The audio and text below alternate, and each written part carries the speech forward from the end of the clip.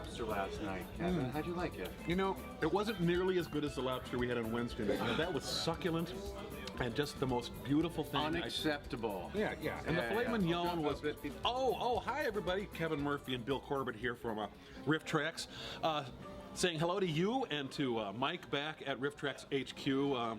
Sorry we couldn't be there for the premiere of Vanilla Ice in Cool as Ice, the new VOD, but we took it upon ourselves to do this very important research project for RiffTrax. On a cruise ship in the Caribbean, you know, and you know, you could theorize that it maybe is not a justifiable thing to do this, but we need to be as relaxed as possible to bring you the funniest riffs we can. And so we are expensing this to RiffTrax. Sorry, Mike, we should have told you in advance, but we're really going to be primed and ready to go when we eventually get back. Yeah, week or so, I think. Maybe a month. Yeah. I'm just going to keep, you know, going as long as I feel like going, personally. But anyway, we hope you enjoy Vanilla Ice and As Cool as Ice, as cool as these wonderful cocktails we have. And you know, we got this extra feature here, the blinking light glass, and that cost a lot more. Wow! Holy cats! Yeah, but it was worth it for you. Yeah, and that's going to be expensed to RiffTrax as well. Sorry. Enjoy Cool as Ice. Cheers. Cheers. Oh man, get with the hero. That is wow. Yeah. Cilantro. Oh, thank you, Kevin, Bill, jerks. Yeah. I appreciate that. Mike Nelson here, along with Connor Listoka and Sean Thomason. Here to talk about our latest riff, which is for the Vanilla Ice 1991 magnum opus Cool as Ice. Cool as Ice, because 15 million of you sad bastards bought To the Extreme. Vanilla Ice, you may know from his many, many projects, right? Oh. I mean, which one do you pick as his most, I don't know where you start. Right, when you say Vanilla Ice movie, it's like, which Vanilla Ice movie? Right. Because there was the Teenage Mutant Ninja Turtles 2, The Secret of the Ooze, which was, he was, you know, on screen for a couple minutes in that one. Yeah, ninja related. Yeah, ninja rap. And he has his home improvement show now that's going on. Right. I only know him from Jack and Jill, wasn't he? Yes, he was in That's My Boy with That's My Boy. Sorry. How could you get those mixed up? Still, this is a subtle, quiet dignity compared to Vanilla's role in Adam Sandler's That's My Boy. I think he played a funny version of himself in that one, if you can believe that. Get your head around that. But this movie, the year was 91? 91. Yeah, the 90s had just kicked off. They were still figuring out what they were going to be. So it was pretty much their awkward stage at that point in time. And so this was like, there was a tiny window where Ice, like, you gotta make an Ice movie, like, right now, like, literally. Right, and then they made that movie 8 months after that window. Yeah. The window had long closed, but they still went ahead with the movie. But smartly, they chose not to include any of his popular songs from that album, including Ice Ice Baby or... Having a Roni, or... which... Having a Roni? Yeah. Go all the way down that big long street to pass by a big old place. Starting to think these guys are having a Roni with me. You gotta get back. Having a Roni was the last song on To the Extreme, which was about a minute long, and the only lyrics were, what it's like having a Roni. Could you give us a little... What does it sound like? Because he beatboxes, Vanilla beatboxes in the thing, which he does in the movie too. Like that was something that the kids wanted to see him do. They wanted to see him show off his weird little beatboxing skills. So he would say, "What it's like having a Roni," and he did that about a dozen times throughout the thing. So if you never made it to the end of To the Extreme, which a lot of people probably did not, then you were greeted with having a Roni. Yeah, I think I was at that point dozing off with the bag of Cool Ranch Doritos in my hand, getting to the end. And plus, we've been over what it's like having a Roni so many times. Right. This is just like, okay, we get it. The Beatles did the definitive Roni song. We're just going to keep going back to this well. You know, this Roni well. But now he had a catchphrase in the movie, or at least I think he had one. He may have had two.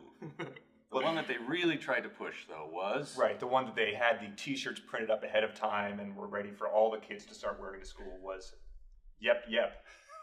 Yep, yep. Yep, yep, she likes me. Yep, yep. He really thinks he can make yep, yep happen, doesn't he? You can see where... The screenwriter was like, you know, getting ready to deliver the script, and they were like, just to be sure, we've been over this many times. You did include a catchphrase of some sort for Vanilla Ice, and he was like, of course I did, I'm not an idiot. But it seems like they had a backstop for that in case Yep Yep failed, which what are the odds that it would ever fail? Right. Of course, it rolls off the tongue. But there was another one that they used in the trailer. Drop that zero and get with the hero. The quip that caused a worldwide lameness shortage. Which is a much more melodious one, but it seems like that one was just second tier. If that one takes off, fine, but we're really banking everything on yep. Yeah, he essentially turns and mugs to the camera as he says that, like pointing to, just absolutely to be used in a trailer or a thing, and then, it just, you can hear the sound of everyone just sort of like, dying inside as he utters it. It's like the worst possible, it just lies there flat as soon as he says it. Yeah. But let's move to the plot a little bit, because what is Vanilla Ice doing in this movie? Why is he there, and who... Well, he plays a guy who, it turns out about halfway through the movie, he's playing obviously Vanilla Ice, but he's playing a guy named Johnny. Right. Which, so, you've got that little room connection going for you. That's what Tommy's character is in the room named. But he plays a rapper who's, 20, 25, something like that. Who goes to a town where his buddy's bike breaks down and then meets a high school valedictorian. Well, Mr. Winslow, what are your expectations for Catherine when she enters college? That's enough out of me. She's the star of this show. Our hero leers creepily at a high school student. Who he starts trying to woo. Who appears to be about 30. Right, yeah, she appears to be older than him as a mid-20s white rapper. Dating a guy, and she's got kind of a square, nerdy boyfriend. You can believe it. Yeah, I know. Caddyshack Redux, but he appears to be 40, 45. Back to assistant managing a hardware store. I mean teen, being a teen. And he's, I don't know, probably in his first year at a law firm or something, but they're in high school, and they like to go hang out at this place where they play really lame rock music, where apparently they've never seen rap music before, because Vanilla Ice is basically NWA to these people, and they all freak out, this town full of squares. Two men synchronized clap dancing. Yeah, I'm pretty sure this is how the Hells Angels used to intimidate squares, too. Oh, yeah. Right, it is about as square a town as it could be. They're going for James Dean, weren't they ripping off that? Yeah, they ride into town on sort of motorcycles that you laugh at the kind of people who ride these motorcycles, but everyone in town does the drop their, grocery bags and, guys riding a colorful motorcycle? And that proves that he's a rebel on the outside of society. Right. Yes. Right. And they're all dressed like neon trapper keepers from about 1990. So yeah, there was a very brief window where what they were wearing was like the height of fashion, and people actually wore it. And then it was like people sort of woke up the next day and were like, "What the hell just happened?" Like, what was that? But her father, the guy, the girl, that he's going to woo, her father is played by Family Ties dad. That's what we know him as. That's his name, I believe. Yeah. Family Ties dad. / Tremors guy. Family Ties dad has a past. I don't want to give away everything, but anyway, he's got some people who are out to get his family. Right. He owes him a lot of money for one reason or another, but it's his whole witness protection scheme is unveiled when they interview his daughter to be on TV because she is doing well in school. Yeah, so they devote a half-hour-long news segment to her. But unbeknownst to him, who he shows up, they sign the releases to get her on camera or anything, and then he's everything's going well for him. But then they pan the camera over to show him on the news, and his whole life is upended. Despite his best efforts to mask his face by going like this. If he's trying to conceal a boner, he's doing it all wrong. Like he's hiding a pimple on his cheek. I'm in the witness protection program. I shouldn't go on TV, but if I do, I should at least gotta do that. So the FBI has spent hundreds of thousands of dollars to help me relocate and change my identity. But the villains just sort of, they don't really villainize anyone until they just kind of hang around outside his house. They kind of eat hamburgers in front of the house and kind of spit them up. That's one of their signature moves. Right. Come on, let's go. God, it's like he's puking what we're all thinking. But yeah, so they start menacing him and his daughter. They try to capture her, but Vanilla fortunately shows up and saves the day in that one. Yeah. And he woos, my favorite scene, he woos the girl by breaking into her bedroom and placing pieces of ice in her mouth while she's sleeping. What the... Eesh, that's worth a half a dozen restraining orders right there. That is how I won my wife, so it sort of had a special place in my heart as well. It's the real reason we did this movie. It was a personal connection Mike had with that scene. Of course, I made a mistake. I broke into the wrong room first, did it to her father, and we laugh about it now. It's a very full-on like ice insertion too. Like it's sort of a hard thing to think about. Please don't say ice insertion. But when you're gripping an ice cube, it's not like he can really, he's got to like, he sort of puts it all the way in, and she just sort of wakes up and is like, she's cool with it. Yeah, she's fine. And I suppose that's a wink and a nod to the camera to say, like, I'm ice. I put ice in people's mouths, but he's not the character Ice, so it's really there's a lot of layers going on. He should be putting Johnny in. Yeah, really typical Johnny, breaking in and putting ice in. Yes. It's really just continued vanilla extract drops into her mouth just to make sure she got it. But a couple of notable things about this: the cinematographer is Spielberg's go-to guy. So this movie, as terrible as it is beautifully filmed. It's stunning, yeah. So in 1991, this guy was 3 years off, maybe probably like from actually when it happened, like 2 years away from going to work on Schindler's List.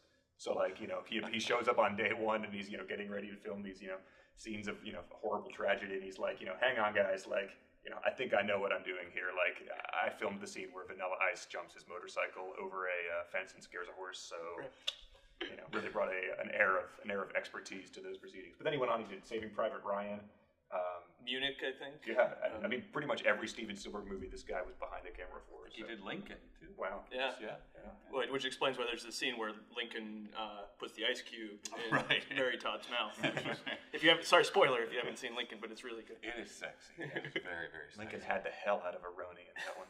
Oh, I want to, if we can do this, I want to show the scene. There's a guy in it who is in one of my favorite movies, One Flew Over the Cuckoo's Nest, who's sort of a wacky bike repairman. They stay at his house for a while. And here's a wacky scene that he does. Let's show that really quickly. Back! No! I won't go! I don't want to go! I won't go! Wow. Huh? It's powerful stuff. Yeah. Cool as ice, Yeah. The kids loved it in 1991 when they were, drive to the theater, listen to some Hammer. They watch that scene, buy some blue raspberry Skittles. Yep. They've got the girl, the love interest, has a little brother character who like is meant as a stand-in for the audience essentially, or maybe the director. I'm not sure which one that is. He might be the director. He's like he's sort of a very like lower tier Home Improvement son. He's a poor man's version of the third son on Home Improvement, right? Not one of the ones with 3 names. But so he shows up and he like hangs out with Vanilla Ice. He like cuts his hair like him. He sits down. Like there's a very prominent scene where he sits and plays Mario 3 for about 3 minutes, just as like a dramatic scene is supposed to be going in the background. It just has the music from Mario 3 playing the whole time as he's like being like, yeah, all right, and it's like Thanks, I'm glad it Oh, no, it's... The delighted sound of someone who just found Karibo's shoe. So he's a great character, just really rich. Wears 4 or 5 shirts at a time, as people did in the 90s, I guess. So that's what you have to look forward to. This is Cool as Ice, starring the cat from that MC Scat Cat. MC Scat, right? Yeah, MC Scat Cat. He's the main character. We're really excited to do this one. One of our favorites. We've been waiting a long time, so please enjoy it. Have a Roni. Everybody have a Roni. Oh yeah, VIP in full effect.